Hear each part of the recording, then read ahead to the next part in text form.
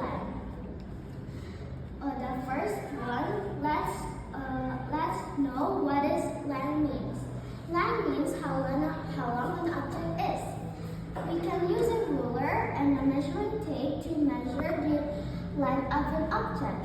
We can use the ruler to measure the short object, and we can use the measuring tape to measure the long object. And in length, we learn unit of length too. It is kilometers, hectometers, decameters, meters, decimeters, centimeters, and millimeters.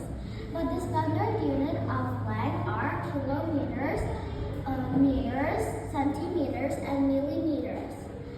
And now let's move on to capacity. In capacity, we learn so many things. What does capacity means? Capacity means how much an object or a container can hold. For example, the measuring spoon and the measuring jug.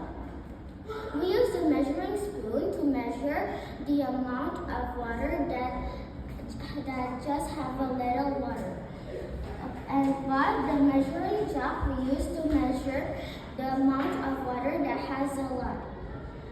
Because the measuring jug are kind of big, so it can fill a lot of water. And in capacity, we learn unit of capacity too. It is kiloliters, hectoliters, decaliters, liters, deciliters, centiliters, and milliliters. But the standard unit of capacity are liters and milliliters. And that's for capacity. And now let's move on to the last one. It is weight. What is weight? Weight means how heavy an object is. And we can use a baby scale, kitchen scale to measure the mass of an object. We use baby scale to measure the mass of a baby, and a kitchen scale to measure maybe a food or something like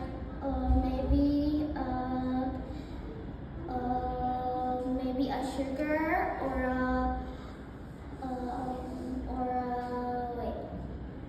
anything else there, and so we can measure the mass with the kitchen scale. And in weight too, we have the unit of weight too, like kilograms, hectograms, the decagrams, grams, decigrams, centigrams, and milligrams.